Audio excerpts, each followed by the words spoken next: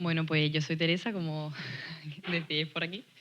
Y yo estoy súper abierta a que si tenéis dudas, preguntas, queréis pararme, aclaración, duda, sugerencia, reclamación, o sea, con toda paz y con toda tranquilidad. No hace falta que sea al final, o sea, con toda tranquilidad vamos viéndolo, que quiero que esto sea en cierta parte algo dinámico y no únicamente que os doy cuña y respondemos a ella, ¿vale? Bueno, pues la charla de hoy la he llamado el crisol de la dualidad. Ahora vamos a ver un poquito en qué consiste todo esto, ¿no?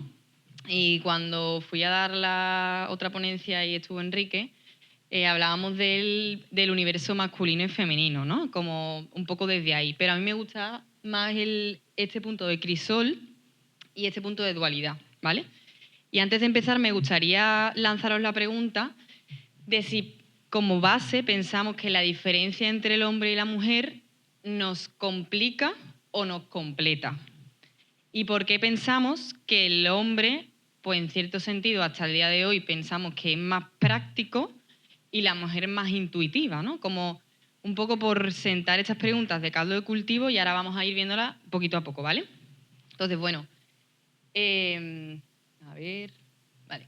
Bueno, pues tenía que un poco contaros quién soy, pero algunos ya me habéis ido conociendo. Pues yo estoy trabajando en una consulta en Madrid, me dedico a la práctica clínica y soy psicóloga general sanitaria y trabajo principalmente con pacientes con distintos eventos traumáticos a través de distintas perspectivas y sobre todo también pues con perfiles más neuropsicológicos. Me dedico a hacer evaluaciones TDAH, altas capacidades, pero en mi día a día lo que principalmente veo son casos más de práctica clínica. Entonces, para poder hacer también esta charla, pues me he basado principalmente en estos libros, en esta fantástica psiquiatra que es Marilina Chiriotti, que os recomiendo pues, su libro Erótica y Materna, y también Masculino, Fuerza, Eros y Ternura, que es principalmente de donde he bebido. Luego también María Calvo Charro, que es una jurista de la Universidad de Navarra, que es estupenda, y cualquiera de estos dos libros también de Osvaldo Pol y Aquilino Polaino son estupendos. Bueno, pues para un poco también sentar coordenadas, vamos a ir un poco siguiendo todo esto, ¿no? Ante qué estamos, ante quién estamos y quién es el ser humano, ¿no? Para fijar algunas coordenadas sobre las que iremos también comentando qué ocurre cuando, cuando no potenciamos esta identidad, en qué se traduce este rostro, ¿no? De la inmadurez en cuanto a la feminidad y la masculinidad y por qué estamos llamados a entrar en esta riqueza de ser, en principio, diferentes, ¿no? Bueno, pues empezaba el título de esta charla hablando de qué es un crisol. O sea, aquí hay muchos ingenieros matemáticos, no sé si me podéis comentar así alguno que os suena, alguno intuye que puede ser un crisol, ¿les suena?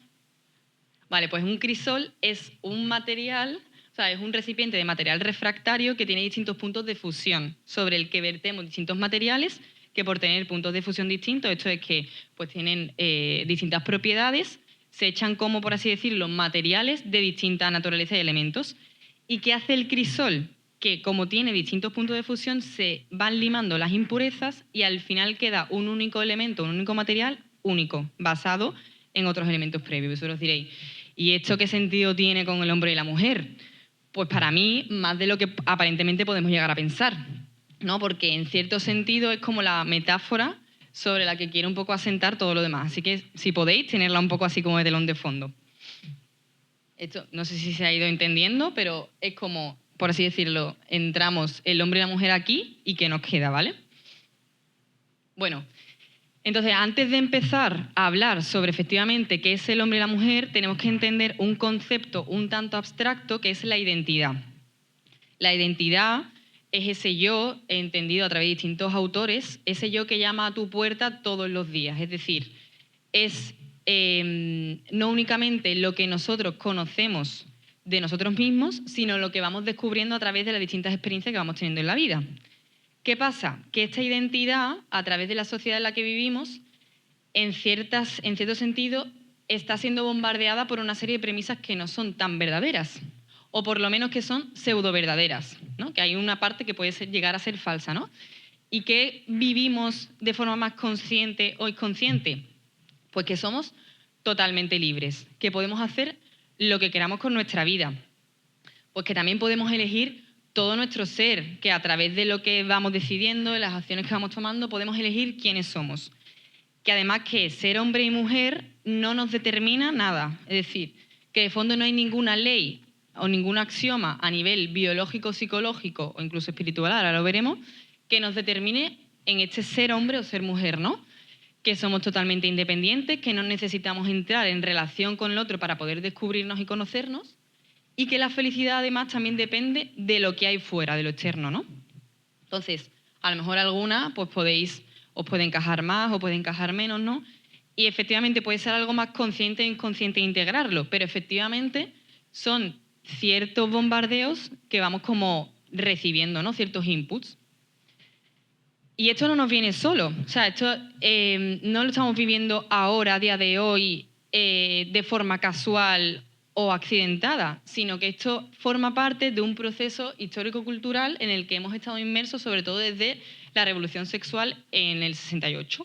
No sé si alguno conoce un poco qué ocurrió, pero en la revolución sexual se quiso desvincular el plano, la genitalidad de la sexualidad, ¿vale? Eso como un poco así a nivel general. Pero se fue concretando a través de distintos autores. Primero teníamos a Simone de Beauvoir, que a través de su libro El segundo sexo ya empezó a decirnos que realmente el ser mujer no es algo que se descubre, es un constructo, es decir, es un resultado de un proceso, efectivamente, histórico-cultural, y que se llega a ser mujer, ¿no? Que realmente no se nace siendo mujer, ¿no? De estas ideas, esta es una de las principales autoras del existencialismo del siglo XX, y luego tenemos ya a Kate Millett, en el que ya hasta ese momento la sexualidad era un proceso íntimo, era algo que tú descubrías, que compartías pues, en el seno de la relación conyugal con ciertas personas, pero a través, o sea, vamos viendo como pequeños haces de luces o pequeñas piezas del puzzle que nos hacen formar el puzzle completo en el que hasta el que hemos llegado hoy, ¿no?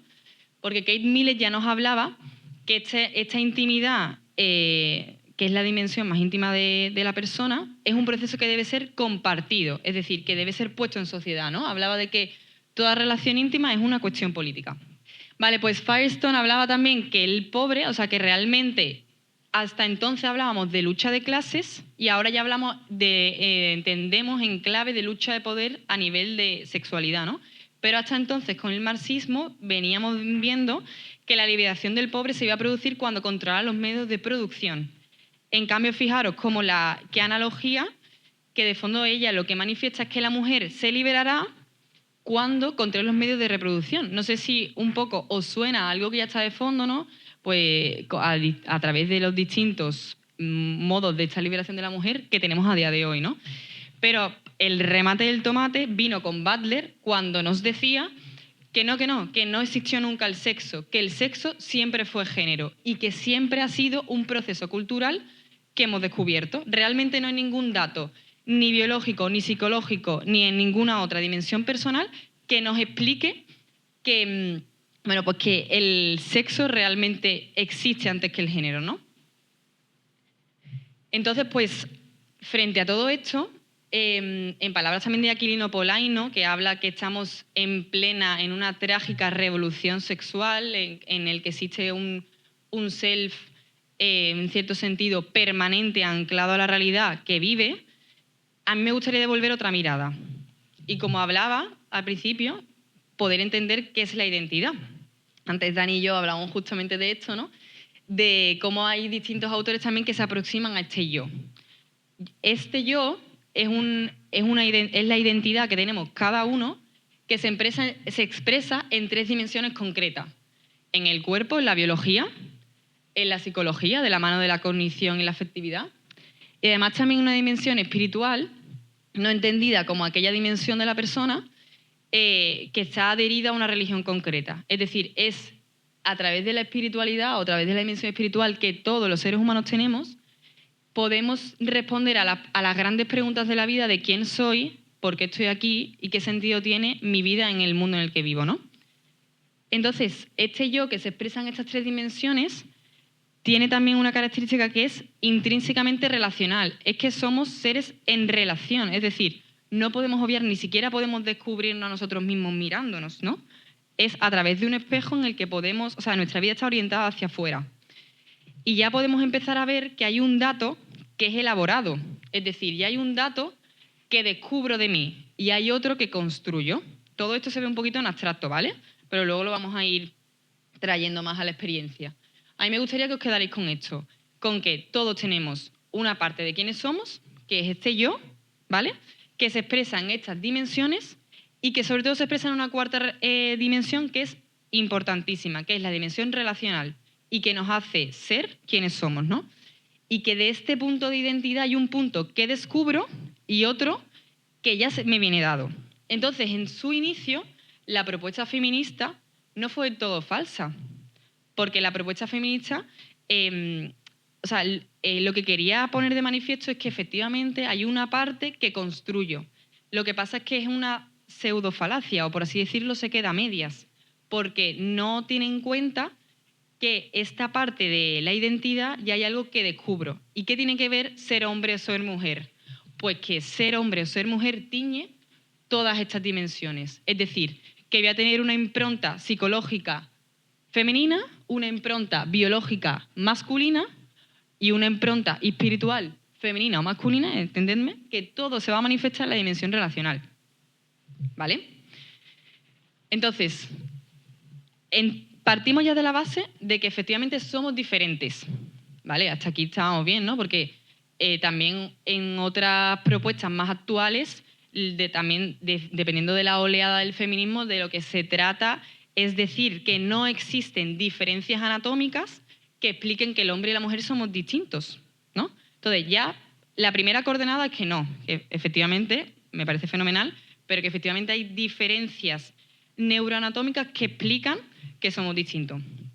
Por ejemplo, vosotros os preguntaréis, ¿qué necesidad tengo de estar hablando tantísimo tiempo con mi amiga? Llamarla por teléfono y estar todo el tiempo hablando con ella. O la necesidad de contarle a mi madre de cómo estoy y de contárselo con detalles, con palabras. Y hombres o chicos que estáis aquí, imagino que en algún momento habéis tenido ese punto de, mira, perdona, novia mía, me da igual lo que me digas, pero es que necesito estar viendo el fútbol y no pensar en nada. Esto es como llevado a lo extremo, ¿vale? O hay un punto de necesito estar sin hacer nada, ¿no? Como ese punto de nothing box, ¿no? Como entro aquí y que nadie me diga nada. Pues esto, aunque parezca así como aparentemente una tontería, una estupidez, pero tiene su razón neuroanatómica. Porque el hombre tiene más conexiones intrahemisferiales que la mujer. La mujer tiene conexiones intrahemisferiales y eso explica por lo que cuando mi amiga me cuenta algo en el Parque María Luisa, ese día, ese sábado, día 21 de febrero, yo me acuerdo perfectamente porque la mujer, su cerebro está diseñado a ser un mayor conectoma con respecto al hombre.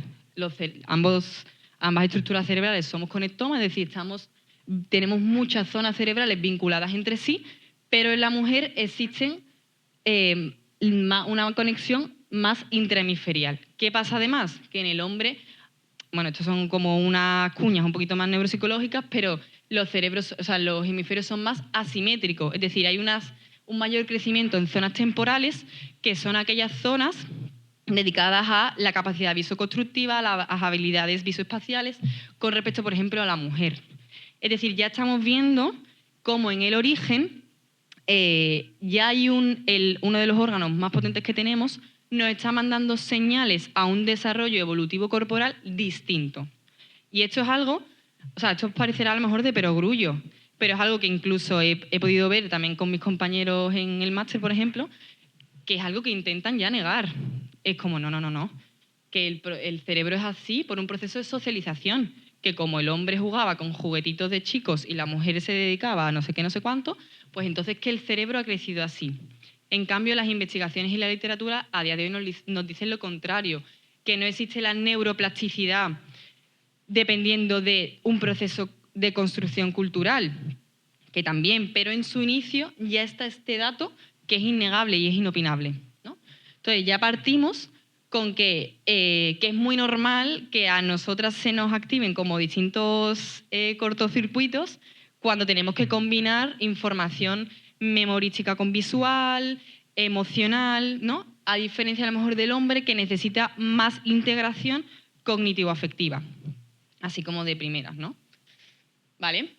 Entonces, frente a todo esto, que es un dato a nivel biológico, pero que sí sabemos de la identidad, que sí podemos descubrir, ¿vale? Pues que la identidad tiene unas leyes de la naturaleza, no únicamente biológicas, desde lo que os acabo de comentar, sino tiene unas leyes que comparten todo su ser, es decir, que este punto de identidad que sí que construyo necesita ser perfeccionado, necesita ser potenciado, que la felicidad de quien soy no viene de fuera, es decir, que voy descubriendo dentro de mí este yo que exige ser potenciado, exige que crezca, exige que se adecue a la realidad concreta en la que estoy viviendo, ¿no? Que siempre estoy conociendo, es que siempre vamos a responder dos preguntas principales. ¿Quién soy y quién estoy llamado a ser? Y solamente puedo responder a la pregunta de quién estoy llamado a ser si puedo responder a la pregunta de quién soy. Y esto no es nada fácil, porque me conozco también en cuanto en tanto descubro la experiencia concreta que me toca vivir, ¿no? Que a pesar de que muchas veces cuando vuelvo a mí descubro este punto de caos, ahora lo hemos viendo por las distintas heridas, por las distintas experiencias que voy teniendo, aunque yo descubra un cierto punto de caos, hay algo en mí que mantiene una coherencia, que es estable y que exige fidelidad, que exige educación, que aquello que descubro pues sí, desde este punto más caótico, también merece ser ordenado y que esta identidad es buena para cada uno. Además también, pues que no todos estamos en clave emotivista, es decir, luego lo iremos viendo también, pero las emociones son la primera puerta de entrada para descubrir este verdadero yo, ¿no? Pero que a través de la voluntad y la inteligencia podemos efectivamente poder conocer esta naturaleza, ¿no? Y que efectivamente necesitamos a las relaciones, es decir, que no podemos eludir la realidad de que no podemos planificarnos únicamente nosotros solos, ¿no? Entonces, efectivamente, no sé si os acordáis del esquemita de antes, pero este yo tiene una necesidad muy concreta. Partimos de la base de que cuando pues vamos creciendo, vamos evolucionando, vamos atravesando las distintas etapas y los distintos hitos evolutivos que estamos todos llamados a vivir, pues hay un punto en el que descubrimos este punto de sufrimiento. ¿Vale? Porque, en cierto sentido, esta necesidad que tengo de mi expresión como mujer o mi expresión como hombre se ve vulnerada. Y aparecen, a nivel psicológico, las heridas emocionales, a través de, bueno, pues también incluso a nivel biológico, la somatización, ¿no? Porque de fondo no ha habido un buen entendimiento de que en la mujer existe esta sed de conexión y en el hombre esta sed de validación. Es decir, el entramado de la mujer, en cierto sentido, estamos creados, orientados, o sea, la mujer está creada y orientada a este punto de acogida. A mí me gustaría que os quedaseis con las 4 A. En la mujer está esta sed de acogimiento, abrazo, acompaño y aproximo, ¿vale? Y en cambio en el hombre ahora iremos viendo cómo tú necesitó, en cierto sentido, también este punto, ¿no? Pero que las características que efectivamente encontramos en el hombre van mucho más hacia la fortaleza, la capacitación y la validez, ¿no? Y vosotros diréis, o sea, un hombre también puede tener esta sed de conexión y la mujer también puede tener esta sed de validación. Sí, es decir, o sea, de fondo son características a nivel general. Es decir, no sé si la palabra espectro se entiende, la última vez que lo dije no se entendió muy bien, pero de fondo es como una capa de grises, es decir, de fondo todo el mundo queremos, ¿no? O toda mujer creo que quiere un hombre sensible, un hombre que pueda conectar, hacer eco emocional con lo que le pasa, pero toda mujer va a necesitar en un momento un hombre que le dé esta protección y seguridad que busca. Y efectivamente todo hombre también va a querer una mujer capaz, con una forja muy concreta, pero también va a querer en cierto punto una chica que pueda poder entenderle y acogerle en su miseria, ¿no? Yo creo que esto es algo que efectivamente lo que vemos hoy, estamos intentando construir una figura, ahora también iremos viendo, ¿no? Una figura de un hombre como una sensación de una cierta mujer estropeada, ¿no? Como ese hombre, buscamos ahora mismo ese hombre que sea sensible, que me entienda, apagado, pero se nos ha olvidado lo que esencialmente le hace ser hombre, este punto de su masculinidad, ¿vale? chicos, ya os digo, id preguntando si tenéis alguna pregunta, duda o lo que sea, que yo os tiro, ¿eh? Pero bueno. Entonces, ¿qué pasa? ¿Qué tenemos? Pues que en este punto de identidad también tenemos este punto de fragilidad, ¿no? Al igual que os decía, existen heridas muy concretas en el hombre, existen heridas muy concretas en la mujer. La feminidad también se puede cultivar, es decir, tenemos consecuencias de esta feminidad no cultivada. ¿Por qué? Porque de fondo vemos que una de las principales heridas o fragilidades que se producen en la mujer es esta sensación de inseguridad profunda. Y esta sensación de inseguridad profunda, porque en cierto sentido no he hecho una sana elaboración de la figura de mi madre, me genera un narcisismo. De esta herida narcisista nacen estos extremos, ¿vale? Entonces, a mí me gustaría también, chicas de aquí, que os preguntaseis cuándo fue la última vez que hicisteis algo por vosotras mismas. Cuando fuisteis al centro comercial solas, cuando elegisteis el último vestido sin tener que preguntarle a una amiga. O sea, hay un punto que si mi madre no me ha acompañado para darme la seguridad emocional que necesito, en un punto concreto voy a desarrollar una capa, una estructura o una careta que me ayude a defenderme de la sensación de la mujer que me viene a atacar. Y este narcisismo, que estoy siguiendo también a Mariolina Cherioti, a esta fantástica psiquiatra, nos cuenta que existen estos dos extremos, que luego, como os decía, hay distintos grises. Pero hay un punto de dependencia, y también que este punto dependiente también en cierto sentido me protege de no tomar contacto con realmente lo que me pasa. Porque este punto de dependencia es que yo no existo si tú no estás en mi vida. ¿No? ¿Cuántas veces escuchamos no solamente aquellas relaciones de pareja dependientes, pero aquellas relaciones tan fusionales entre amigas, ¿no? De necesito estar continuamente llamándote, continuamente, pues, yo qué sé, pues enseñándote la ropa que me he comprado, o qué opinas sobre esto, o incluso al toma de decisiones más profundas, a dónde voy, con quién vivo, qué carrera, qué hago, ¿no? En estas formas, ¿no? En cierto sentido, me regula, me serena la emoción que no soy capaz de vivir el fusionarme con el otro. Pero luego también hemos visto, no únicamente a lo mejor más en el día a día, sino a día de hoy podemos ver este narcisismo en su forma más reactiva, en su forma más destructiva, que es este punto dominante y violento. Y para mí, a día de hoy, ciertas oleadas feministas se encuadran aquí. ¿Por qué? Porque ahora vamos a ver también cómo esta cara se pone en consonancia con la figura del varón, ¿no? Pero esta figura dominante y violenta, en las primeras oleadas del feminismo, tuvo su sentido y su función para poder luchar contra injusticias que se encontraban, ¿no? que podíamos ir encontrando en la sociedad. Pero ya, en cierto sentido, se han ido adquiriendo caras cada vez más profundas y más nucleares de este punto dominante en la mujer, porque de fondo a mí me regula cuando te coloco en una posición de indefensión, en el sentido de que en cuanto en tanto yo soy violenta y te ataco y te destruyo, a mí esto me genera serenidad, ¿no? Aquí había una sensación de yo no existo si no estás tú, y aquí es me da igual tu necesidad emocional porque solamente voy a poner encima de la mesa lo que yo necesito, ¿no? Entonces, en cierto sentido, lo que comparten todas estas caras es una vivencia de inseguridad interior que me ayuda a defenderme porque la creencia que tengo sobre el mundo es que es un mundo hostil del que necesito, pues, que necesito atravesar, del que necesito defenderme, ¿no?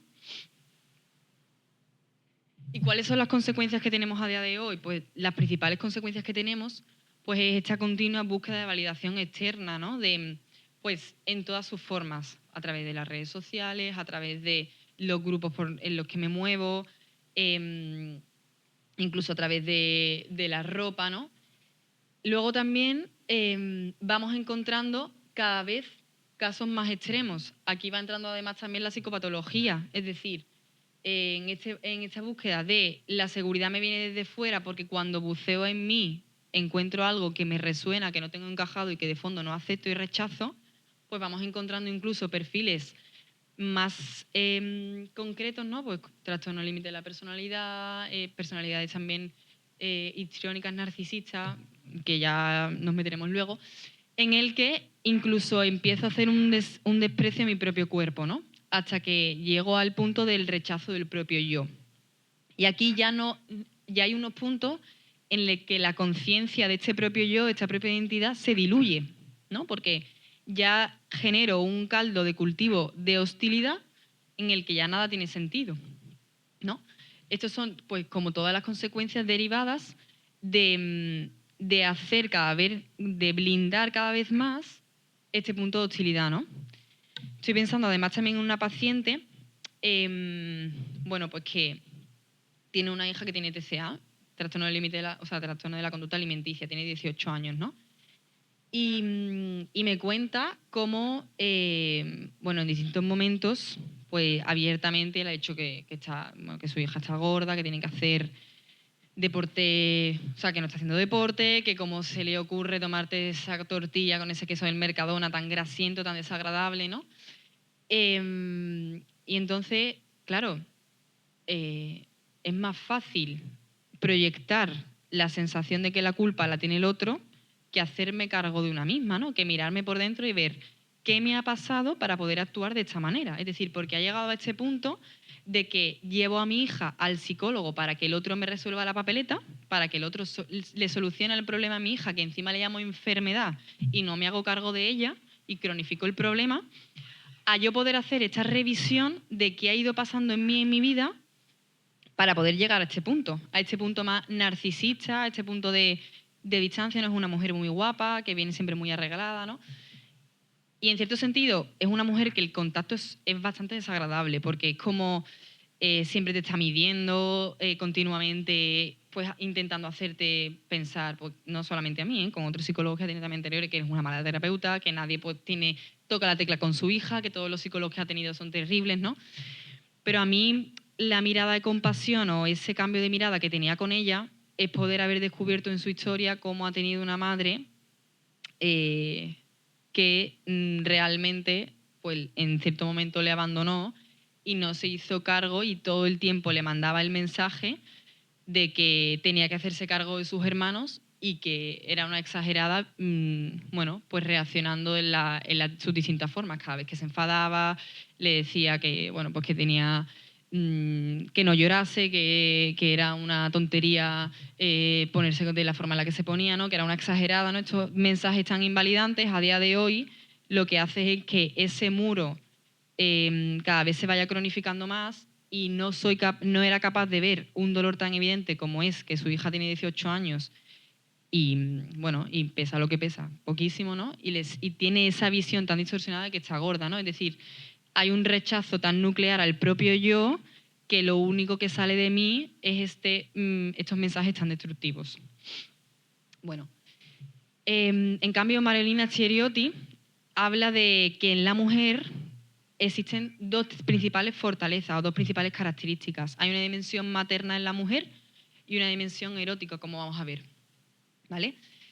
En distintos momentos de la historia, una dimensión ha fagocitado a otra. Es decir, por ejemplo, cuando volvieron los soldados de la Segunda Guerra Mundial, volvieron con una estructura de la personalidad completamente destruida y completamente ligada a la identidad, ligada al hacer, porque han vivido durante años en este punto de acción-reacción, de que me da igual cómo estés viviendo por dentro, que lo que necesito es que salgas a pelear, que te vayas encontrando todas las miserias de que a lo largo de la guerra en la que estás viviendo se van muriendo compañeros tuyos, seres queridos, niños y capataces de todo tipo, y te crea una distancia de lo que realmente necesitas brutal, ¿no? Entonces, en estas primeras etapas, estos soldados volvieron a su casa y no necesitaban una casa, necesitaban un hogar, necesitaban una mujer que le acogiera, ¿no? Entonces, en estas primeras etapas, la dimensión materna, pues, surgió con mucha fuerza, ¿no? Porque en la mujer sí que existe esta capacidad nutritiva, esta capacidad de acogida, como veíamos, no únicamente a nivel cerebral, sino que incluso a nivel genital y a nivel corporal, la mujer está diseñada para acoger, para arropar, para acompañar, ¿no? Este punto también de eco emocional. Como os decía, en el cerebro que os enseñaba antes, hay una conexión muy directa entre la amígdala y la corteza prefrontal. La corteza prefrontal es la que nos guía a hacer determinadas acciones y la amígdala es la que nos permite procesar las emociones. Entonces, en la mujer existen unas conexiones mucho más directas y mucho más fuerza que a diferencia de los hombres, ¿no? Y esto tiene todo el sentido del mundo, porque la mujer es la que acompaña a ese bebé en sus primeras etapas evolutivas. ¿Qué ocurre? Que esta dimensión o este punto de la mujer, con la llegada de estas exponentes que os decía antes, ¿no? Con Firestone, con Butler, con Shulamit y sobre todo con esta, se me olvidó, la verdad. A ver, ¿cómo se llamaba esta del principio?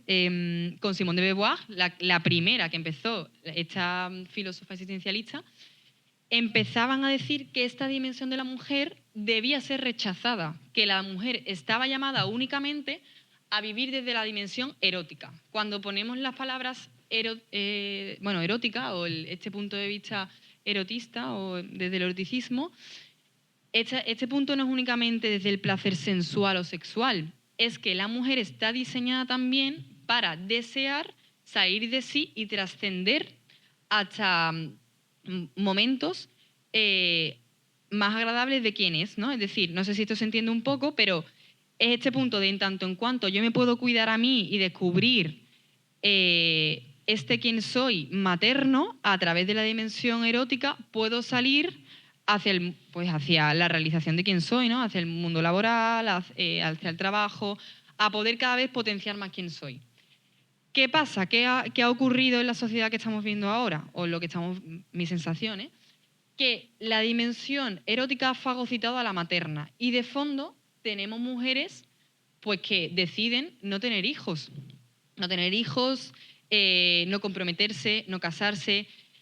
Hay un estudio que se hizo en Valencia hace un par de años en el que se le preguntó a una serie de mujeres entre 25 y 45 años sobre este punto, ¿no? Sobre el estado civil, cuáles eran sus aspiraciones, ¿no? Y la mayoría contestaban que, pues que no querían casarse ni mucho menos tener hijos, ¿no? Y este estudio se realizó de manera longitudinal y se replicó hace unos poquitos meses y se vio que esas mismas mujeres que habían contestado que no querían tener hijos, sí que estaban dispuestas a poder tener hijos a través de fecundación in vitro, reproducción asistida. Es decir, hay un punto de oleaje en todo este mar en el que encontramos que la mujer, cuando se le potencia de esta dimensión, aparece la soledad. O sea, es una dimensión ineludible de fondo, ¿no? Porque no es que la maternidad esté entendida únicamente en clave de procreación o tener hijos, es que estamos orientadas en cierto sentido a poder trascender con lo que ya somos, ¿no? Es decir, a que ambas dimensiones en este elegante baile se puedan acompañar, pueda descubrir efectivamente quién soy y salir de mí pudiendo poner límites, ¿no? Y pudiendo también ver pues que tiene un sentido querer ser deseada y querer trascender y ser, ¿no?, autónoma e independiente, que eso está fenomenal. Pero nos encontramos con que la mujer, cuando llega a ese punto de que no reconozco realmente y no soy fiel a mi naturaleza, hay un punto de soledad, ¿no? Y por eso aparecen estas otras formas compensatorias que dan respuesta o que aparentemente dan respuesta. Dime. A ver si termino de entender hasta dónde estamos llegando. Hemos dicho que hombre y mujer tienen sus diferencias y que nacen a partir, estamos hablando aquí de las dimensiones, pues sus diferencias en sus propias dimensiones. Pero luego cuando hablas de los defectos de que predomina una sobre otra, realmente no es un defecto de su dimensión en sí, sino como un defecto en la relación con el otro, ¿no?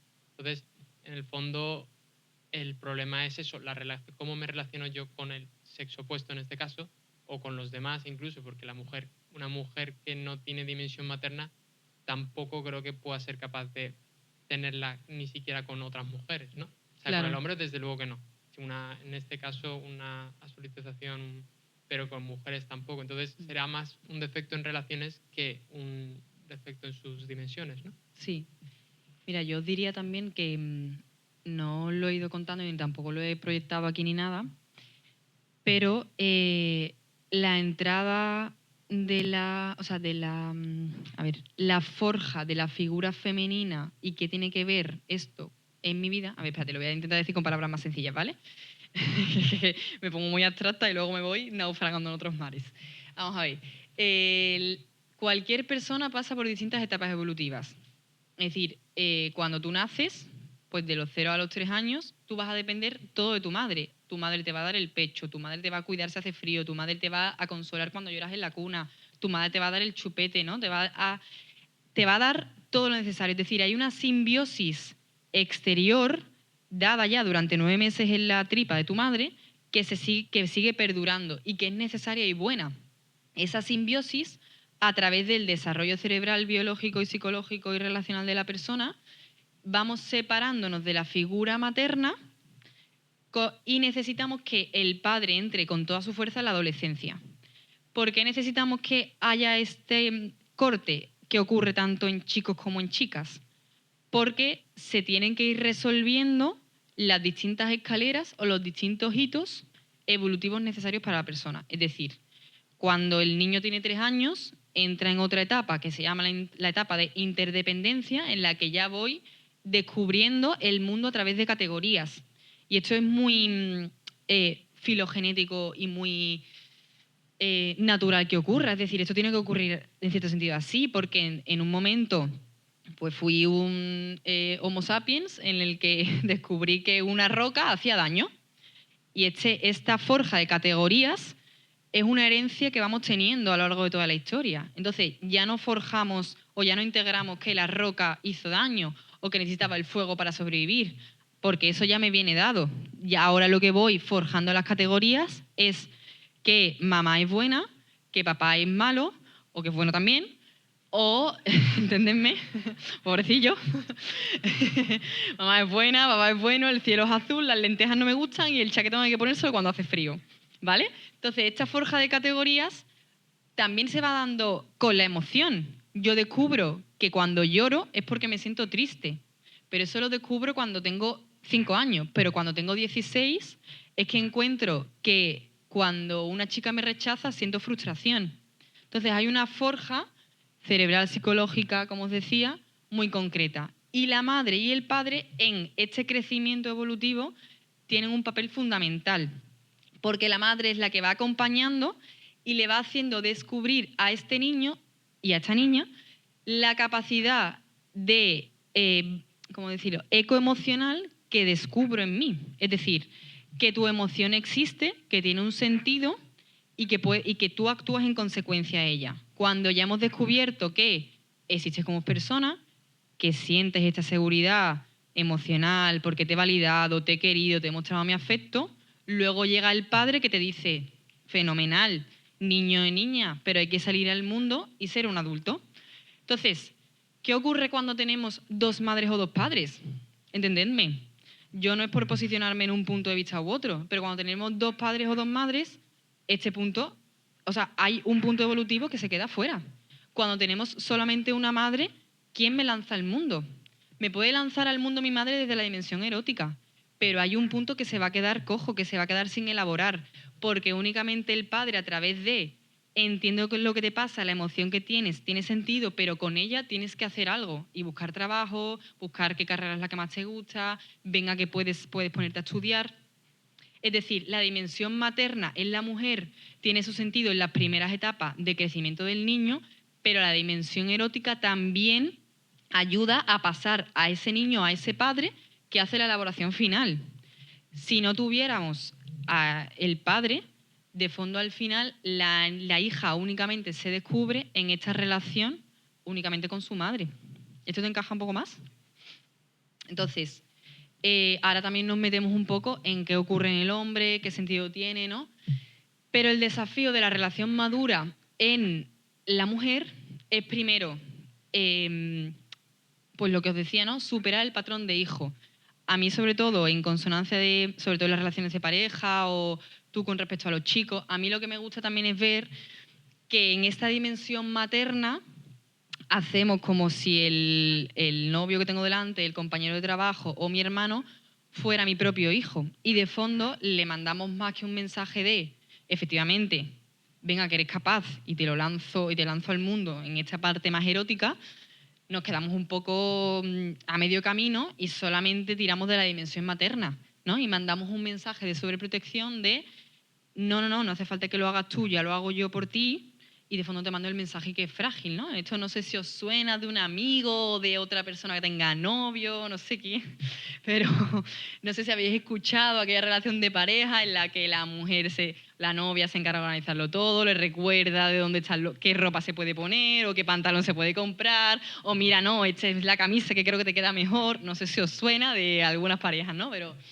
el punto es poder superar eso, ¿no? Que en nosotras está esta dimensión de ecoemocional, de acogida, propio de muchas veces como lo han hecho pues las madres, ¿no? Si es que también tu madre ha tenido esa visión de poder reconocer cuál es su mochila, cuáles son sus heridas, para poder también distanciarse o hacer esta rotura de simbiosis de ti y lanzarte a tu padre, ¿no?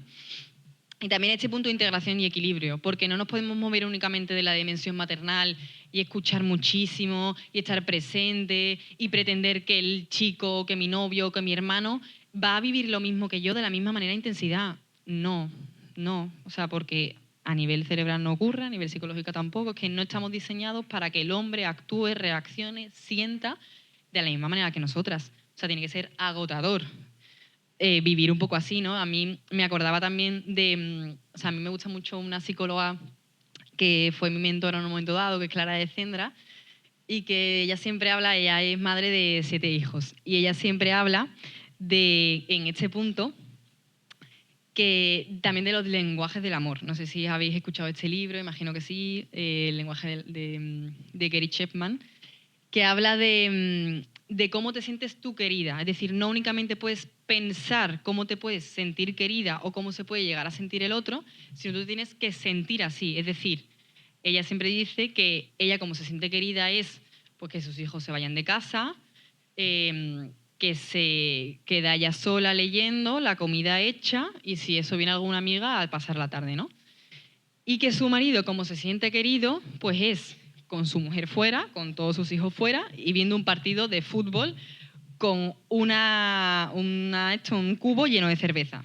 Entonces, imaginaros si pretendiésemos que Clara se sintiera querida viendo un partido de fútbol con todos sus amigos y un cubo lleno de cerveza. Pues obviamente no, porque de fondo no es cuestión de pensar cómo te puedes llegar a sentir querido, sino cómo tú realmente te sientes querido, ¿no? Y este también es un punto de disonancia, porque muchas veces pretendemos que el otro, pues que viva con la misma intensidad, con la misma emoción con lo que yo vivo las cosas, ¿no? Y sobre todo también, luego lo veremos al final, pero este punto de confianza, de fiarme de que lo que el otro muchas veces me dice de mí me hace espejo de algo que ya puedo llegar a ser, ¿no? Que esto tiene un punto de peligro porque entra la opinión, pero os hablaba de esta dimensión de que somos relacionales, es decir, que yo me conozco no únicamente a través de mi emoción, de lo que descubro, de mi historia, sino también de mi relación con el otro. Y el otro muchas veces me revela en parte quién soy, ¿no? O quién estoy llamado a ser en este inicio. Así como de primera. Vale, entonces, ¿qué más podemos tener? Pues yo cada vez más en consulta, algo que me da tremendo coraje, la verdad, ya que estoy en Sevilla, lo digo así, tremendo coraje, es pues este punto del hombre desplazado, de muchas dinámicas disfuncionales en la que la mujer, de forma más implícita y sobre todo a través de mensajes doble vinculantes, bueno, no sé si habéis visto una película que se llama Duplex, si no os la recomiendo, pero es muy graciosa. No tiene mucho que ver con esto, pero es para que un poco se pueda entender.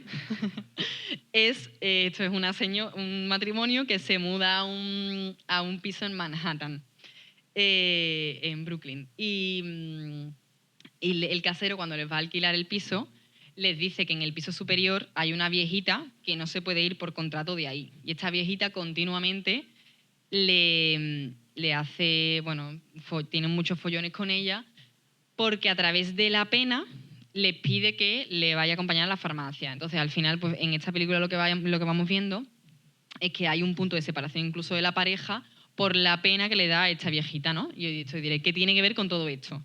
Pues porque muchas veces a través de ciertos matices más de manipulación emocional sin darnos cuenta. En casa a lo mejor la madre ha habido este proceso de fusión con los hijos, dejando un poco atrás la figura del marido, a través muchas veces incluso de este punto de emoción. Es que quiero tanto a mis hijos, quiero tantísimo a mis hijos que cómo no les voy a llamar constantemente para ver cómo están. O es que quiero tanto entrañas de misericordia de madre que cómo no, bueno, pues voy a dejar que se vayan fuera de casa, ¿no? Es como, o como quiero tantísimo a mis hijos que ya lo siento, pero entre elegir irme un fin de semana con mi marido o quedarme el fin de semana con mis hijos, pues prefiero quedarme con ellos, ¿no? Por eso os decía que está este punto de dimensión materna que fagocita a la dimensión erótica. Y lo que tenemos son hombres floreros, maridos floreros sin capacidad de decisión. ¿Por qué? Porque hay algo muy importante que también define Ceriotti, que es la potencia en el hombre. La potencia es esta energía vital que hablamos, que es característica natural del hombre, que te empuja al mundo y que aparece en un momento muy concreto, sobre todo en la adolescencia, cuando ya has descubierto efectivamente que estás seguro en casa, que tienes ciertas emociones, pues ya te lanzo y te fortalezco, ¿no? Habla de este punto de vigor, ¿no? De te lanzo al mundo. Pero esta potencia también puede tener un blanco o un negro, no tanto un blanco o un negro, sino precisamente un espectro, ¿no? Es decir, distintas manifestaciones.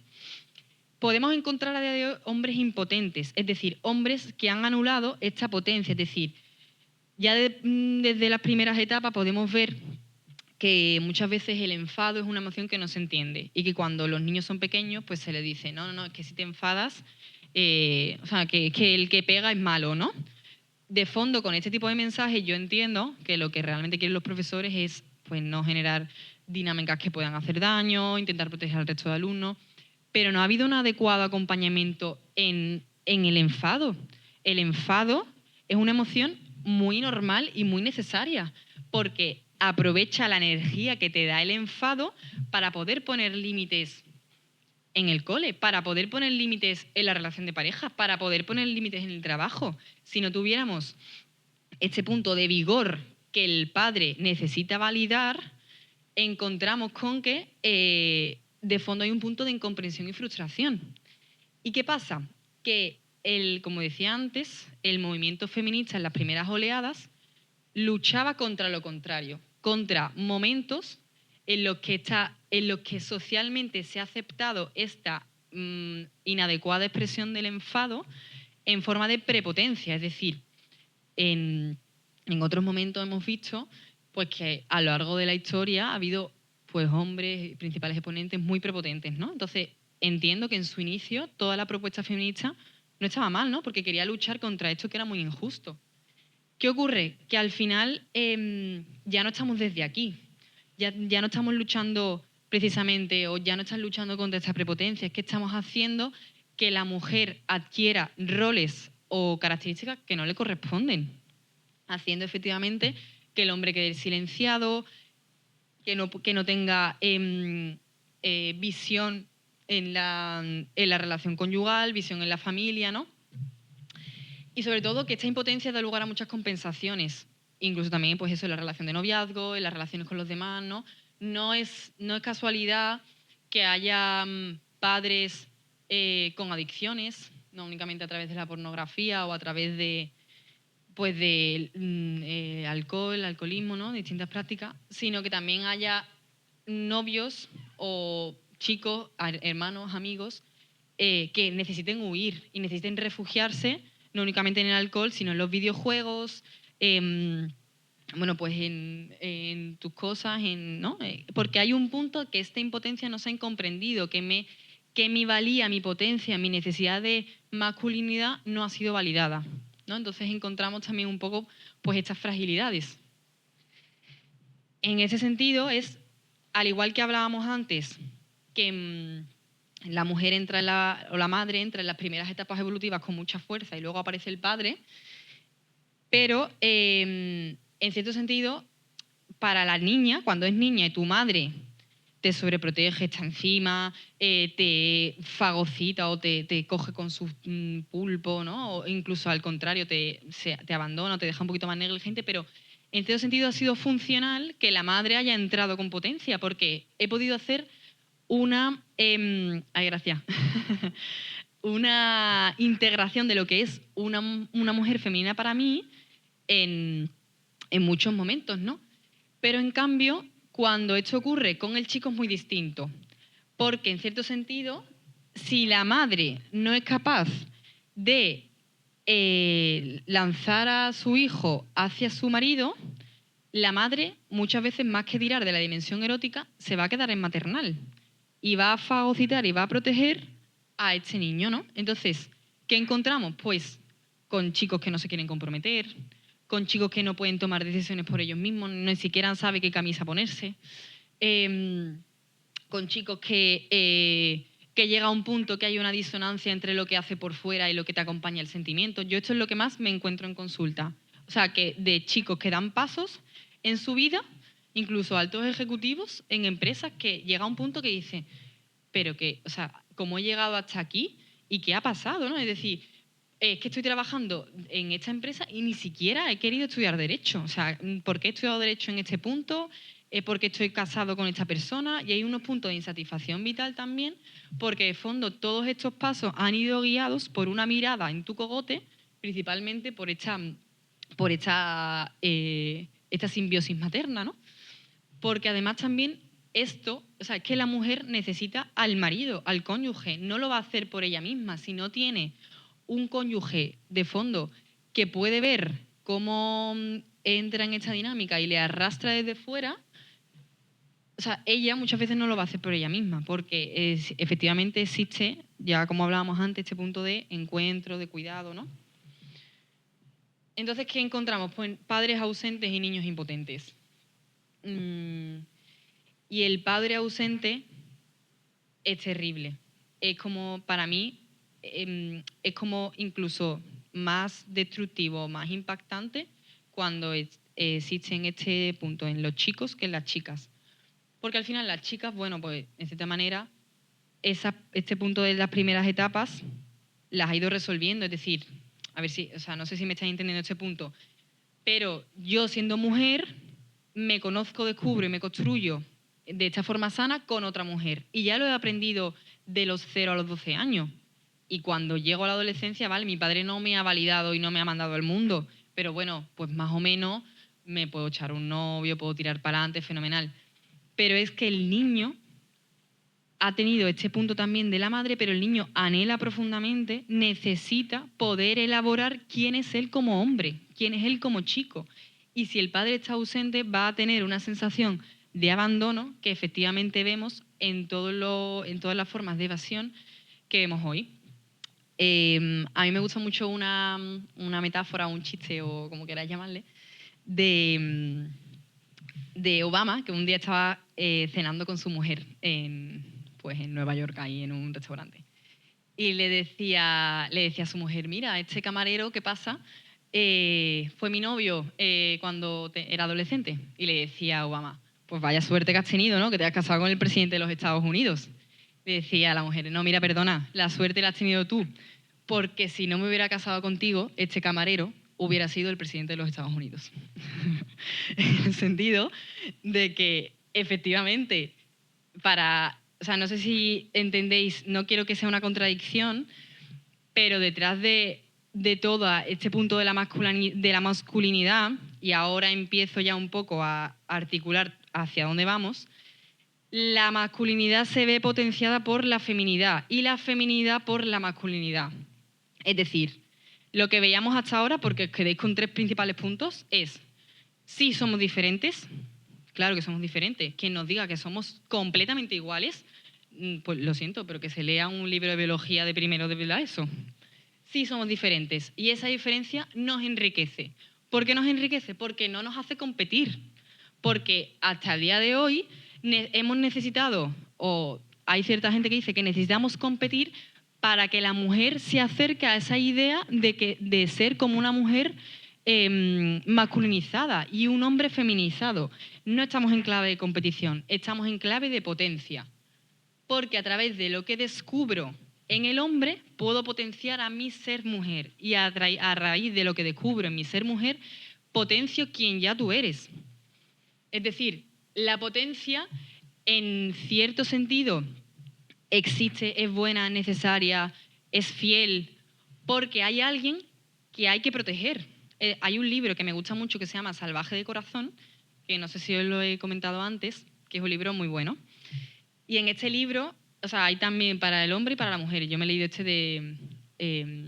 solo me he leído el de Salvaje de Corazón, entonces no os podría decir de qué va el otro, pero es más o menos, uno es sobre la feminidad y otro sobre la masculinidad. O sea, existe, en este libro dice que de fondo, si existe la potencia es porque ha habido alguien a custodiar. Es decir, una de las primeras dimensiones de la potencia es este punto de fuerza, pero no entendido como fuerza física, sino sobre todo como forja emocional, con la sensación de que mi yo encaja en mis zapatos, con que mi yo es coherente, con que hay alguien al que tengo que proteger. Y esto se fortifica, se hace más nuclear y coge más fuerza, efectivamente, como os decía antes, más en la adolescencia, ¿no? Es decir, chicos, hombres, tenéis un punto de fuerza que permite custodiar aquello que merece ser cuidado, que es valioso. Además, también la segunda dimensión de la potencia es el eros, es esta tensión a la misión. Es que mi potencia me habla de mi trascendencia, y no solamente de mi trascendencia como hombre, sino como mi trascendencia también en la dimensión femenina. Es decir, que estoy llamado a mi hija, mi novia, mi amiga y mi abuela custodiar aquello que en sí es lo más preciado en ella y que es lo más preciado también para mí, que es este punto de calidez, de apertura, con lo emocional, ¿no? Entonces, es por eso por lo que hay un punto de tensión, ¿no? De sal fuera de ti, al igual también que, en cierta manera, con cierta similitud, con el erotismo, ¿no? Y la última dimensión de la potencia es esta firmeza. A mí me gusta mucho entender, como lo entiende también Cheriotti y otros autores, que esta firmeza es la dimensión más tierna del hombre, ¿no? Y hablábamos que la mujer tiene esta dimensión materna, que es esta parte más como, en cierto sentido, de ternura, calidez, acogida, ¿no? Y que el hombre, a través de su firmeza, a través de este punto que coloca, que pone límites con la mujer, es tierno, porque descubre que en el otro hay algo digno de ser querido y querible, y que en mí también lo encuentro. Es decir, este punto de no solamente tengo la capacidad, sino le doy forma a esta capacidad y puedo poner estos límites, ¿no? Entonces, ya un poco por terminar y por encajar todo esto, de fondo, pues me gustaría que os quedara con los 3 puntos que decía antes, ¿no? Es decir, somos diferentes, pero no en clave de competencia. No existen, además, las medias naranjas, no sé si lo habéis pensado, pero no existe alguien que me completa. Existe alguien distinto que me potencia. A través de quién soy, potencio al que tengo delante, y el otro también me potencia y me dejo potenciar. Es decir, la diferencia me enriquece. Además, también no solamente me enriquece, sino me hace ser más libre, me hace ser más auténtica, me hace poder descubrir cuáles han sido, pues como os decía, a lo largo de todas mis etapas evolutivas, cuáles han sido esos puntos más de herida, pues donde tengo que volver a mí y revisar, ¿no? Además, también, como os preguntaba antes, ¿es normal, o al principio, es normal que el hombre sea más práctico y la mujer sea más intuitiva, más emocional? Sí, pero es que ambos son formas de expresión de este yo, son formas de expresión de este afecto. Y la mujer necesita sentirse querida y el hombre necesita este punto más de expresión de este amor tangible, ¿no? Y en ambos, como también os decía, es necesaria la asertividad. Y esto va a parecer a lo mejor un poco, pues que está ya muy manido, que ya lo hemos escuchado muchísimas veces, pero es lo más importante porque en este punto también de potencia y de agresividad malentendida, muchas veces tenemos perfiles más agresivos, tanto en el hombre como en la mujer, y caemos en etiquetas, ¿no? Y caemos en posiciones más radicalizadas, ¿no? En el que eres un pesado, es que pasas de mí, es que no me entiendes, ¿no? Entonces es importante entrenarnos en esta mirada y sobre todo a través pues de estos 4 pasos que os quiero enseñar, ¿no? Pues yo me siento pues más silenciada o siento que mi opinión no se ha tenido en cuenta cuando no hemos hablado de esto, por tanto te propongo una solución. Estos 4 pasos, como así más sencillitos, son fundamentales a la hora de poder pasar al otro, poder hacer otro puente, porque de normal solemos describir personas, acciones, y, ¿no? Como pues lo que os decía, eres un pesado, que no me escuchas, no me tienes en cuenta, y volviendo sobre más que un ataque, sino desde la emoción y cómo me he sentido, puedo pasar al otro, ¿no? Entonces, esto es clave para poder entender qué les pasaba a Miriam y Gabriel, porque de fondo, ¿qué había ocurrido en ellos?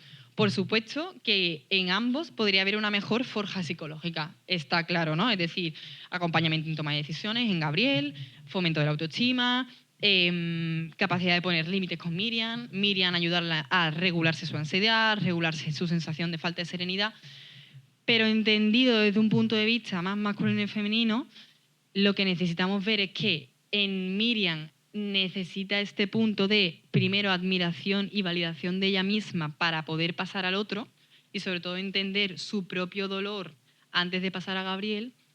Y en Gabriel también hemos necesitado este punto de ternura y seguridad que no encontraba en sí y que tampoco podía dar, ¿no? Entonces, bueno, pues a mí este triángulo la verdad es que me gusta mucho porque pienso que un poco siempre nos podemos ver aquí, ¿no? Que realmente qué me gusta del otro, con qué conecto en el otro, con qué conecto en mí mismo, admiro cosas de mí, admiro cosas del otro, encuentro esta seguridad en mí. Os podéis hacer un poco las preguntas desde aquí, porque lo más importante es que el otro no se convierta en regulador de las emociones que a mí me está costando vivir. Es decir, a Miriam principalmente, sus padres eran funcionarios, son militares, entonces siempre ha vivido con una seguridad económica que se traslada a una seguridad emocional. Y de fondo hace que Gabriel se separe de él y que seas como el principal rueda o como sí, uno de los principales timones que le regulaban a ella en esta seguridad emocional, cuando Gabriel necesita de la ternura, de la visión de Miriam y Miriam también de Gabriel. Y nada, esto es todo, chicos. Yo espero que, bueno, pues que en cierto sentido espero que hayan despertado preguntas, inquietudes que yo estoy feliz de intentar resolver. Y seguramente me haya quedado con algo en el tintero, pero podemos ir comentándolo luego. Así que nada más. Muchas gracias. Antes de nada, turno de preguntas. Si alguno tiene una pregunta, pues que lo diga y que la haga un momento. ¿Tú quieres? Que al principio de la charla has hablado un poco rápido, pero sobre el sexo y el género, y has dicho que existe una distinción, pero nada, era por si podías definir un poco qué es el sexo y qué es el género y cuál es la diferencia entre ellos.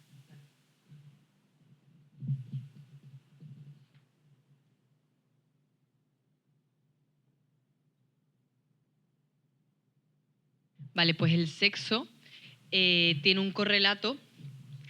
Solo hay un binarismo sexual, que es ser hombre o ser mujer. Y como comentaba antes, pues...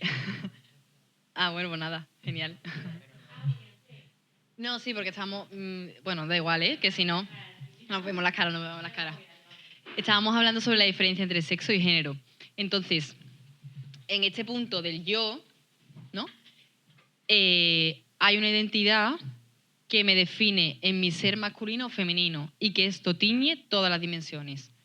Entonces, principalmente, cuando hablamos de sexo, lo definimos desde la dimensión biológica, ¿vale? Entonces, podemos encontrar que las billones de todas las células que tenemos en nuestro organismo tienen XX o XY. Es decir, por mucho que yo me sienta o piense o intente construir que soy hombre o mujer, ya encuentro un dato elaborado de que soy hombre o mujer. Es decir, el sexo es aquel correlato psicológico, fisiológico, que psicológico, fisiológico y biológico, que me hace ser hombre o mujer. O sea, realmente es como la diferencia... y esto repercute en pues, que tengo unos genitales concretos, que actúo de una determinada manera, es decir, repercute en todas las dimensiones. No sé si esto encaja. Es decir, hay también un documental que no sé si habéis visto que se llama ¿Qué es una mujer?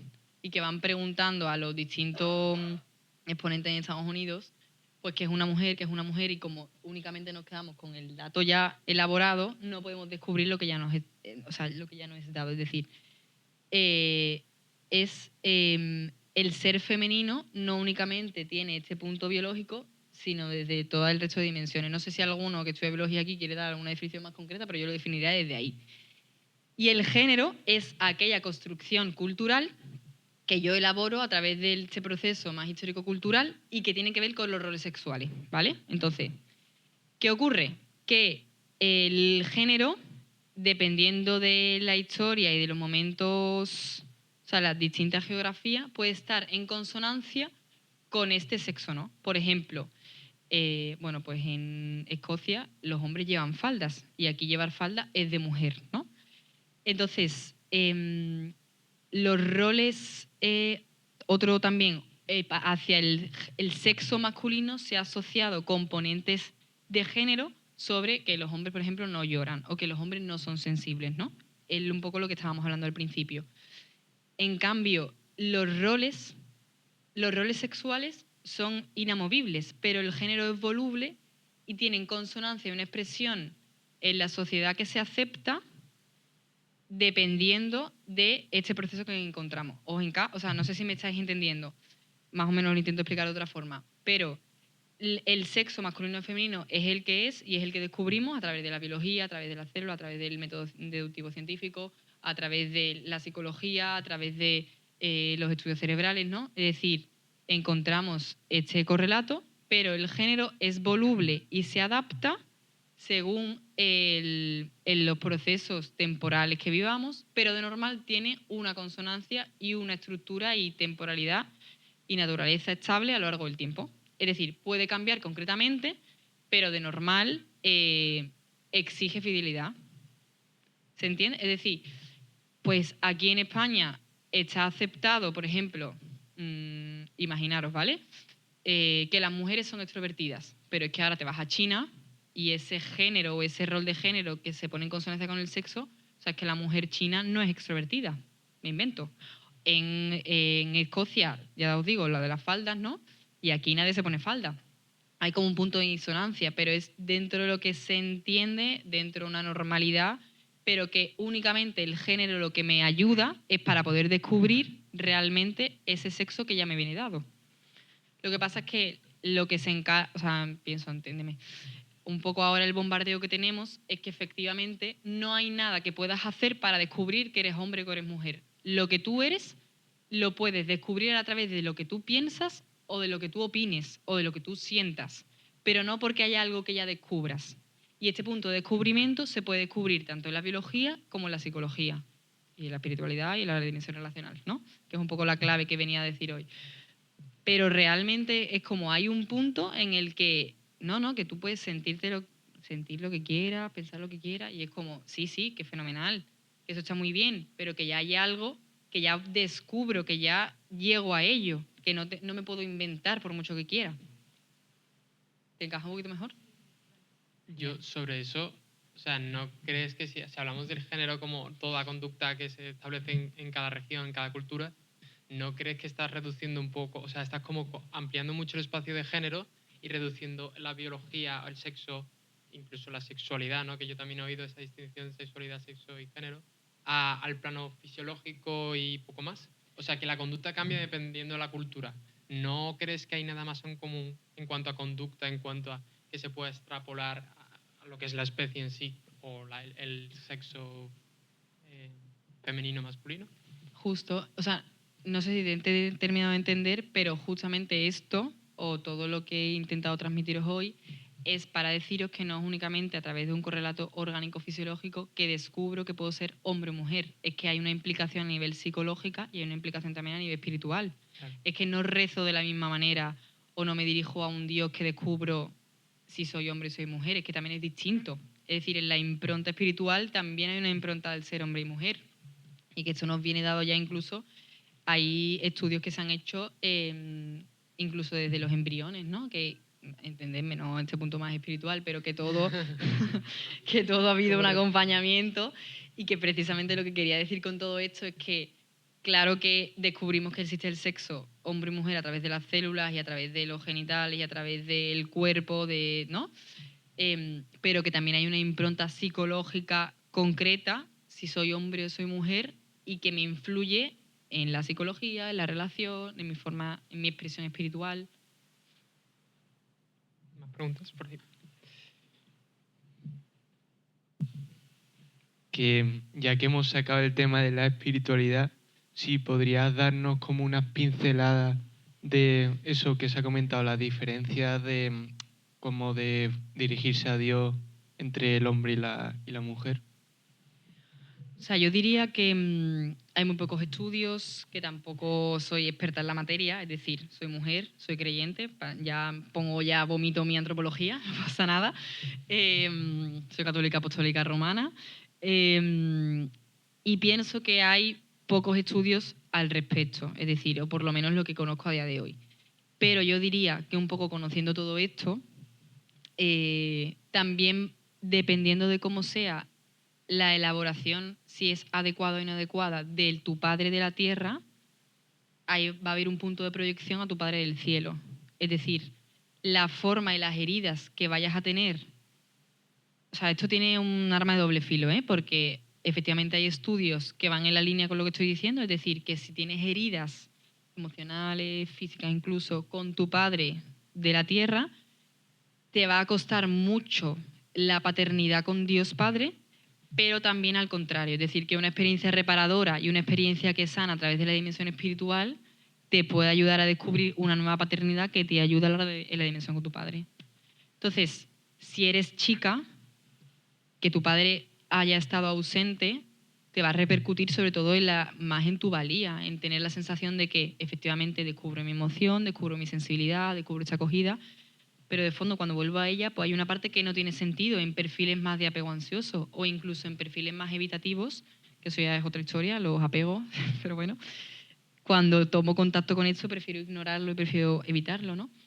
Pero en cierto sentido, a través de las distintas experiencias reparadoras y reguladoras que vas teniendo en tu día a día, puedes reparar eso. Pero, como os decía antes, cuando ha habido una paternidad muy ausente, muy negligente, muy palpable, la figura masculina va a necesitar mucha más integración, porque de fondo no es que mi padre se haya ido y ya está, o no es que mi padre no haya estado presente, es que me implica en mi propio ser y mi propio yo. Pero bueno, la buena noticia es que efectivamente a través de ese punto, o sea, que todas estas dimensiones de la persona no únicamente se ordenan a través de la psicología. O sea, es una muy buena herramienta y puede ayudar mucho, pero también hay una dimensión espiritual de la que me dejo impactar y una dimensión relacional. Es decir, todo esto ayuda a poder descubrir a un yo que, como hablábamos antes, es bueno, es necesario, es sano, necesita ser perfeccionado, necesita ser escuchado, necesita ser acompañado y que muchas veces ignoramos y nos quedamos con este punto de estas heridas o este yo más herido y sobre aquí actúo. Entonces, cuando he tenido esta dificultad más con mi padre, con mi madre, me puedo quedar ahí y decir, bueno, pues esta es mi vida y tiro para adelante, ¿no? Pero por descubrir esta esencia de quién soy, qué necesito, me ayuda no a perfeccionarme, sino a potenciarme.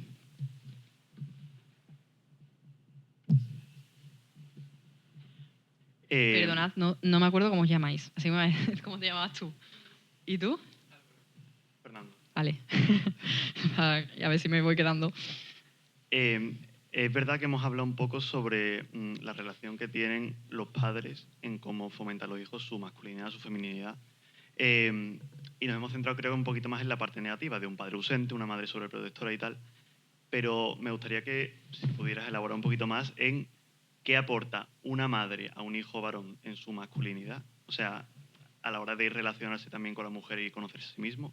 Y al revés, un padre que le aporta a su hija a la hora de conocerse como mujer.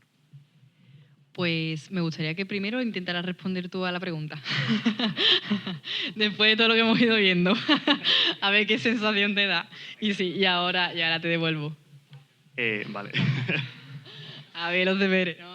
O sea, yo veo que un padre a su hija, o sea, le da una validación diferente, en el sentido de que es una validación como mujer, pero que no lo ve con ojos eróticos, porque es su padre. Entonces, es un tipo de validación que no lo tiene en otro lugar. E igual de una madre con su hijo, como que tiene una acogida que en su padre no encuentra, porque su padre lo lanza más al mundo, y que a lo mejor también puede encontrar en su abuela de manera diferente y tal, pero que esa acogida de seguridad, de saber que puede ayudar con su madre y a lo mejor con un amigo no, y eso pues lo encuentra ahí específicamente. Y no sé, de algún modo eso le hará ser un hombre más sano, igual que a una hija pues más sana. Total, total. Pues sí, pues va muy encaminado, la verdad. Mi sensación es que sí. Aquí mi cuñada Tere también es psicóloga como yo y nos puede echar un cable también desde la figura del apego. O sea, está Bowlby, ¿no? Ainsworth, hay muchos autores que hablan desde el punto de la psicología de la vinculación y la necesidad que tenemos de figuras de referencia, ¿no? Entonces, ¿cuáles son las figuras de referencia? Son el hombre y la mujer. Tere, tú sí en algún momento, para ti no, tú me dices, con toda paz. Entonces, estos autores, todos los exponentes del apego, que os invito también a leer si seguís con algún, como se os queda algo en el tintero o os resuena, pero estos autores lo que nos hablan es que las dos principales necesidades emocionales que tiene todo niño es la necesidad de protección y de seguridad emocional. Fijaros que son dos palos que en cierto sentido nos encuadran más. Seguridad emocional madre, protección padre, ¿no? Es verdad que son vivencias que necesita todo niño cuando crece y se desarrolla y va evolucionando, ¿no? Pero efectivamente mi sensación y también lo que voy viendo, ¿no? Porque también siguiendo a otros autores, pues hay, dentro de la aproximación que tengas desde la psicología podemos hablar pues que existen heridas emocionales o que existen, ¿cómo se dice esto? O sea, no son heridas emocionales, sino necesidades no resueltas, también desde el punto de vista de la realización, de Adler. El punto está en que de fondo hay un autor que se llama Cencini, que a mí me gusta mucho, que dice que hay tres grandes heridas. La herida en la mirada, en el afecto y en la valía.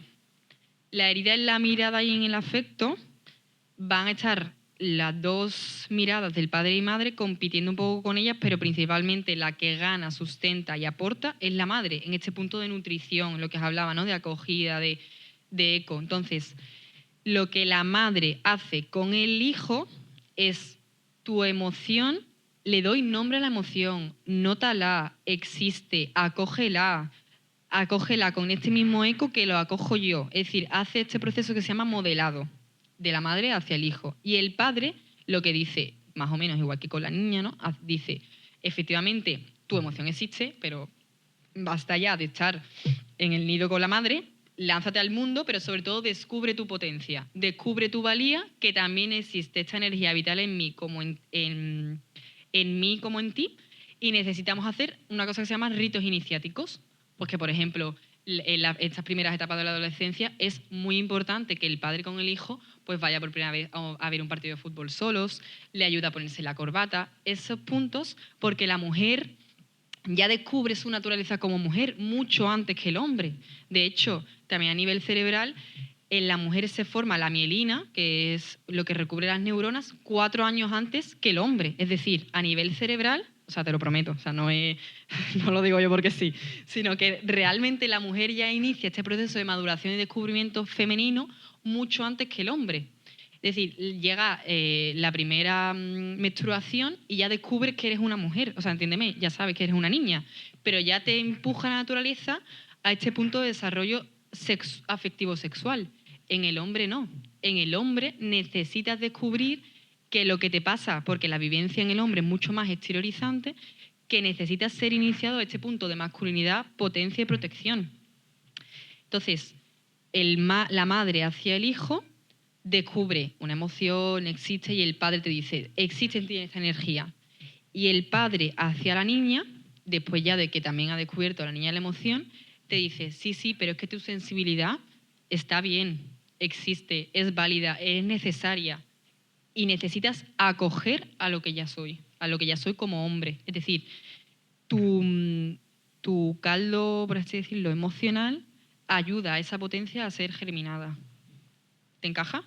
Más o menos es un poco lo que habías dicho tú también. Gracias. Nada. ¿Más preguntas? Hola, Buenas. me llamo Marta, que volviendo al tema del género y eso, las personas que dicen que no se identifican como hombre o mujer, ¿eso viene dado por la falta de figura paterna o por qué? A ver, que no se identifican como hombre o mujer y se identifican como Terian, que ahora está muy de moda, ¿o qué? ¿O cómo se identifican? ¿En qué punto estamos de LGTBI+, No binario ultra? y todo eso, en plan, ¿esto viene dado por una enfermedad mental o porque viene de nacimiento o...? A ver,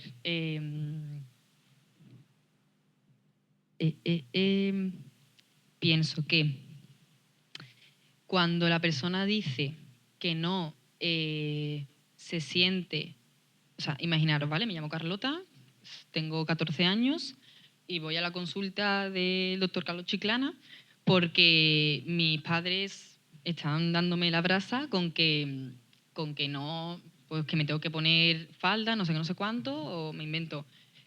Porque quiero ponerme ropa grande y no me quiero poner sujetador. Me quiero cortar el pelo, ponérmelo de color rojo, ¿no? Y de repente ya no me quiero llamar Carlota, me llamo Carlos. Un poco ese es el caso que se te viene, o hay algún, o como el género fluido. Porque es que dependiendo del espectro LGTBI, estamos lesbiana, gay, transexualidad, género fluido, terian, no sé qué historia. Me refiero, o sea que conforme vamos profundizando en esto, hay distintas facetas o versiones que van implicando heridas o formas más profundas. Eso es un poco lo que quería transmitirte.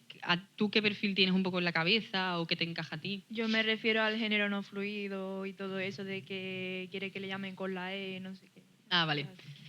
Entonces, aquí mi sensación, a mí no me gusta nada y no soy de esa visión, no lo comparto, de lo del punto de enfermedad mental. O sea, para mí la enfermedad en todo caso puede ser algo biológico, pero no me gusta nada hablar de enfermedad mental en nada de esto, porque además cuando le ponemos el punto biomédico es como resuélveme tú esto y yo voy a seguir así y no me voy a hacer responsable de ello, ¿no? Entonces, para mí hay dos puntos aquí. Primero, hay un punto en que depende si eres hombre, si eres chica o chico, y depende de la relación que hayas tenido con tu madre o tu padre. Porque en sus inicios, si eres chica, en esta forja de categorías, imagínate, has tenido una relación muy maltratante o has vivido verdaderos follones en el seno de tu casa, ¿no? En el que, por lo que sea, he categorizado que mi madre no es buena, ¿vale? Pero es que eso en su inicio te genera una relación con la figura femenina que cuando yo utilizo esa etiqueta es que la quiero eliminar. No me siento cómoda en esa etiqueta. Necesito otras nuevas etiquetas. Entonces ya ni siquiera soy lesbiana o lo que sea o trans. No, es que necesito otras etiquetas que a mí me confieran seguridad emocional. ¿Qué pasa? Que como os decía, la persona necesitamos de categorías. Y cuando no se categoriza, entro en un estado de emotivismo y solamente me descubro en mí a través de una vivencia que es voluble. Es decir, me descubro en base a lo que yo siento cada día. Ahí el programa este First Date, imagino que alguno lo habréis visto. Y a mí, ¿no? ¿Sabéis cuál es? First Date, este de 4, ¿no? Bueno, pues no lo veáis, que es horrible. Pero yo hay veces que también para este tipo de charlas ponía un vídeo que era un chico que decía que un día se levantaba siendo un negro potentorro y al día siguiente una modelo asiática china. Y el chico era de Barcelona. O sea, me quedaba, vamos. Entonces, claro, al final, ¿qué ocurre? Que en este punto de evitar quién ya soy, porque al descubrirlo, o sea, cuando intento mirar aquí, descubro dolor. Porque de fondo he necesitado crear una imagen de mí que sí que es aceptada, que no es rechazada, que me ayuda a adaptarme a lo que estoy, bueno, pues al momento, al colegio, a la universidad, a lo que sea. Y esta imagen de mí, esta etiqueta, es lo que a mí me da algo que humanamente y originariamente necesito, que es este punto de seguridad emocional. Por eso, por ejemplo, yo he puesto, o sea, es coña lo de los Terian, ¿vale? Pero es que a mí me llama muchísimo la atención como algo que a lo mejor podíamos ver de forma puntual, muy aislada, por ahora está cogiendo más fuerza. Porque no es casualidad que en esa etiqueta huyas hacia lo que tú ya realmente eres y te lances hacia afuera, que es precisamente lo contrario. Es que en esta etiqueta he encontrado un punto de acogida a un yo herido. Por eso prefiero moverme desde ahí y por eso prefiero evitar quien yo ya soy, porque ahí me siento cómodo, aunque sea una falsa comodidad y aunque sea una evitación muy directa. Pero me encuentro cómoda moviéndome desde ese punto. Y además encima está ese punto de que tanto con mi madre como con mi padre, pues he tenido, con alguno de los dos dependiendo, este punto de rechazo hacia el propio yo. Por lo que sea, no solamente he tenido una herida de carencia, sino una herida más directa. Y de hecho, yo estoy también en el grupo de investigación de transexualidad en la consulta del doctor Chiclana y estamos viendo, sobre todo aquí en Sevilla, que hay una correlación muy grande entre la transexualidad, los trastornos de conducta alimenticia y el autismo. Y me llama la atención sobre todo el autismo y la transexualidad, porque hay patrones muy rígidos que, como el autista se descubre que es rechazado incluso por su propia biología o por su propia forma de procesar el mundo, que necesita una etiqueta que a ese niño le confiera seguridad. Entonces, por eso se prefieren mover desde ahí. Más o menos, ¿se entiende? ¿Te encaja? Sí. Vale.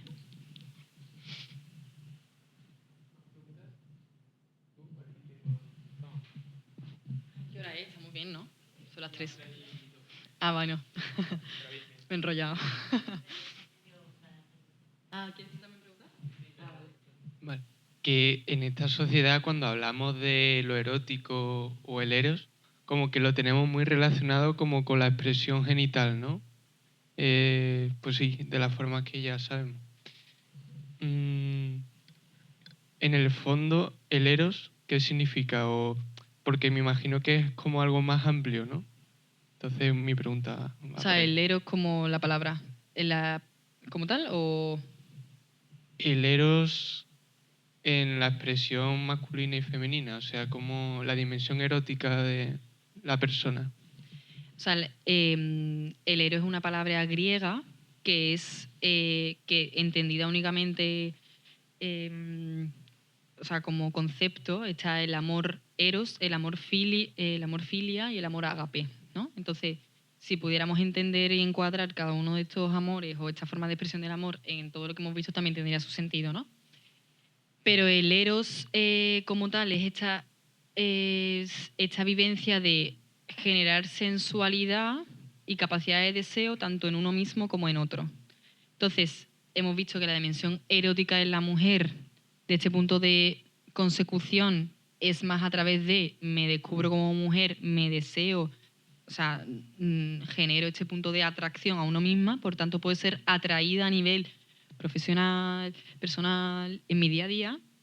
En cambio, el eros, desde el punto de vista masculino, es, como decíamos antes, esa atención a la misión, busco ser deseable, no a lo mejor tanto por mi propio cuerpo o mi capacidad de sensualidad, sino porque de fondo soy capaz de desarrollar este punto de firmeza, potencia, capacidad de poner más límites, como de fortaleza, vigor.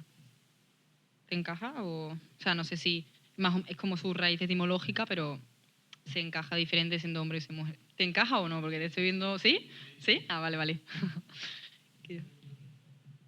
Que yo tengo una pregunta en cuanto al feminismo moderno, que si son mujeres que... ¿El feminismo de qué, perdón? Moderno, el de ahora, sí. el violento, que son mujeres como que defienden a la mujer, pero a la vez tienen comportamientos como de hombre, y también rechazan pues lo que es de la mujer, la maternidad y todo eso. ¿Esos son heridas por algo o porque puede ser? Porque es como un poco hipócrita, como que defienden a la mujer y odian al hombre, pero se comportan como hombres. Pues mira, yo creo que mi sensación es que cualquier persona que inicialmente decide un poco rodar en el mundo feminista, o sea, depende, porque ahí estamos ante la tercera ola feminista, o sea, que... y de hecho en esta tercera ola hay distintas subcorrientes, mujeres que apoyan el vientre alquiler, mujeres que están en contra, luego también incluso discerniendo entre las distintas religiones, bueno, en fin. El punto es que no podemos hacer una categorización única, porque efectivamente para mí lo más fundamental en esta visión es que probablemente haya habido una falta de elaboración con una sana figura femenina, es decir, he categorizado a lo que para mí es una mujer, no desde la carencia, sino también desde el daño, pero también creo que otra vez, un poco en consonancia con lo que preguntaba Marta, en cierto sentido, en el movimiento feminista he encontrado algo que a mí me daba seguridad. ¿Por qué? Porque si de por sí he rechazado mi cuerpo porque tenía pelo en la pierna, porque me dejaba pelo en el sobaco, porque he tenido una mala experiencia con varones concretamente, en sí he encontrado que a través de la reactividad ahí encontraba una seguridad emocional y eso es lo que a mí me serenaba. Pero llega un punto, mi sensación es que llega a un punto de más de vacío, o por lo menos de que la energía del movimiento feminista a día de hoy está centrando mal el tiro, porque es un barco que en algún momento va a hacer aguas, porque efectivamente a través de este documental que os digo que es una mujer, como al final están apoyados en falsas falacias, va a haber un punto en el que esto vaya a desaparecer. Es decir, en cierto sentido, vamos a necesitar con más fuerza que surja no tanto la mujer en su justa medida y con los zapatos que tiene, sino que aparezca otra vez el hombre con más fuerza para que haya este equilibrio. No habría como una respuesta única de por qué hay una reactividad con tanta fuerza en el feminismo, pero tiene que ver un poco con todos estos factores, te diría. Ya no sé si ya lo dejamos, ¿no? O que si tenéis alguna otra duda, que yo me voy a quedar a comer con vosotros, que con toda tranquilidad, ¿vale? Pues muchas gracias, chicos, me ha encantado.